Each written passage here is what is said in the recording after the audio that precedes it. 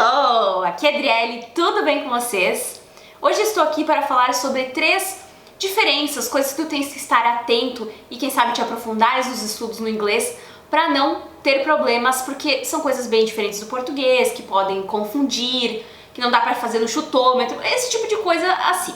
Então, vamos ver quais são elas? Mas antes que eu esqueça, se tu ainda não estás inscrito aqui no canal, corre e te inscreve para não perder nenhuma novidade, nenhum vídeo novo. E nos segue lá no Insta Inglês com Adriele, que lá tem várias dicas também, às vezes eu posto stories e etc. Beleza? Vamos pro vídeo então. Bom, o primeiro ponto é a pronúncia, né? Então, às vezes a gente tem alguma dificuldade com a pronúncia em relação ao inglês e o português, né, o que é normal. Não é um bicho de 7 cabeças, mas é bom tu te aprofundares nos estudos. Não tentar fazer, por exemplo, tem o TH, saber que tem o TH vozeado e desvozeado. Acho que eu já tenho vídeo aqui no canal sobre isso, eu deixo nos cards. Que é, acho que é a pronúncia mais temível, né, do inglês para os brasileiros. Não tentar inventar, tipo assim, this, e aí eu vou falar this, penso que é o som de D e faço um D. Ou penso thought, penso que parece o som de F e falo thought. Não, porque às vezes tu tá pronunciando uma outra palavra achando que tá falando aquela que tu queres, porque tu tens que fazer o som que é e não inventar uma letra parecida com a do português ou que é alguma que a gente tem no português pra ficar menos constrangedor ou mais fácil pra ti, entendes? Cuidar aquela questão de L mais enrolado pronunciado, R mais enrolado, algumas pronúncias, né? Cuidar pra não fazer tipo dinner, o nosso D, né? E sim dinner, mais bem pronunciadinho, mais leve, né? Cuidar quando às vezes tem esse do próprio dinner, né? Que não é dinner ou dinner, não é o som de I, tem esse I que às vezes parece mais um E ou mais fechado, né? Enfim, né? Tem várias pronúncias, inclusive lá no meu curso, se tu quiseres conhecer, eu deixo aqui na descrição do vídeo, tem aula falando da fonética, todas as possibilidades de pronúncias do inglês, e fora todas as práticas de pronúncia durante o curso, enfim, então vale a pena se aprofundar nisso e pronunciar as palavras corretas, ter certeza de que tu estás pronunciando, né? Porque às vezes uma pequena diferença, que nem o famoso exemplo do beach e bitch. Beach, que é praia, e bitch, que é cadela, vagabunda, sei lá.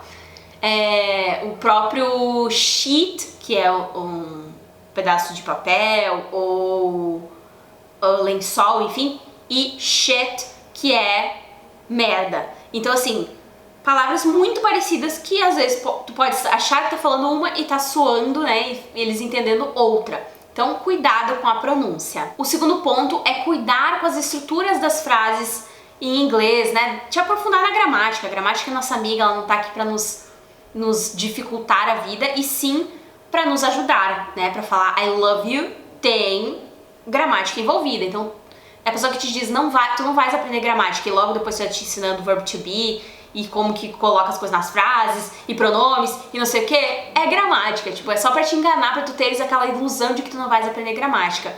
Mas tenta amar a gramática, porque ela tá aí pra te ajudar e não pra atrapalhar a tua vida, beleza? Muita coisa muda do inglês pro português, a ordem das coisas, às vezes eu preciso de um auxiliar, não é só pegar uma frase, por exemplo, você me ama, you love me. Aí eu quero perguntar, você me ama? Não é só fazer essa ênfase que nem no português. Eu tenho que usar o auxiliar, do you love me?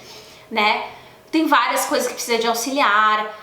Outra coisa, e por mais que, né, no inglês tenha facilidades em relação ao português, muito menos conjugações e tal, então tem suas facilidades, mas tem também suas dificuldades. Tem coisas que são diferentes. Às vezes a ordem das coisas, então eu falo assim, por exemplo, você é bonito, you are beautiful. Mas eu quero perguntar, você é bonito? Eu jogo pra frente o are, né? Are you beautiful? Né? Então, are you crazy? Jogo e faço uma estrutura diferente do que seria no português. Eu te pergunto, por exemplo, assim, ó, você gosta de acampar? Do you like camping? E aí eu vou responder em português, né? Sim, eu gosto.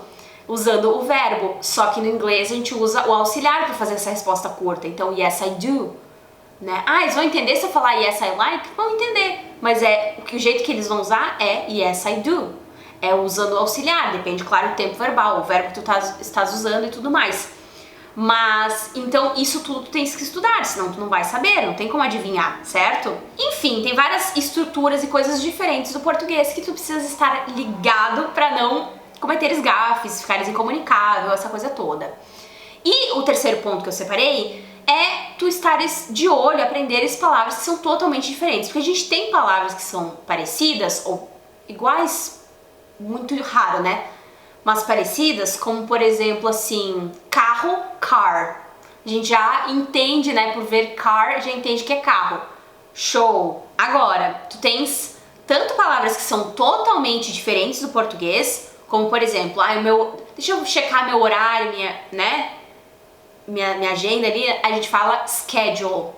Tem também no britânico schedule, diferente a pronúncia, mas schedule. Quando que eu vou pensar nessa palavra se eu não estudar? Eu não vou adivinhar que é essa palavra. Totalmente diferente. Próprio mesa, table. É uma palavra que a gente está acostumado a ouvir em português, a maioria já sabe, beleza. Mas se a gente não estudou, a gente não tem como adivinhar. Falar mesa, sei lá, né? Então tem tanto essas palavras totalmente diferentes, quanto palavras que parecem ser uma coisa e são outra. Como é o caso dos falsos cognatos. Como é o caso, por exemplo, de actually, que não é atualmente, e sim na verdade. Balcony, que não é balcão, e sim sacada. Fabric, que não é fábrica, e sim tecido. Idiom, que não é idioma, e sim uma expressão idiomática, né? Legend, que é lenda e não uma legenda, né? Enfim, tem vários, então tu precisa te informar, senão fica complicado, não tem como adivinhar as coisas, principalmente no inglês, que não tem tantas palavras parecidas com o português, como é o caso às vezes, italiano, espanhol, algumas línguas romanas que fazem mais sentido, né? São mais parecidas. Enfim, espero ter me feito entender e que tu te dediques nos estudos, porque eu quero que tu tires de letra o inglês, que tu possas pelo menos ter uma comunicação razoavelmente boa e o suficientemente boa para poder participar de uma entrevista de emprego, quem sabe um teste de proficiência se for necessário, fazer amizades no exterior, fazer as tuas viagens tranquilamente, sem depender de uma babá, alguém que vai ficar, tipo, pedindo as coisas pra ti, perguntando preço, fazendo tudo por ti, né? É legal a gente ter autonomia com o idioma, e o inglês a gente sabe que é muito importante, então não deixa pra depois, começa já. Desculpa que eu tô com a voz meio cagada hoje, espero que não tenha dado pra perceber muito. Mas se tu gostaste do vídeo, deixa um like aí, me deixa sugestões de vídeos nos comentários. Te inscreve aqui no canal se tu ainda não estás inscrito ou inscrita, seja muito bem-vindo ou bem-vinda. Falei pra nos seguir no Instagram, segue lá, Inglês com Andriele, que tem várias dicas e tudo mais de inglês. E nos vemos no próximo vídeo. Beijinhos, tchau, tchau!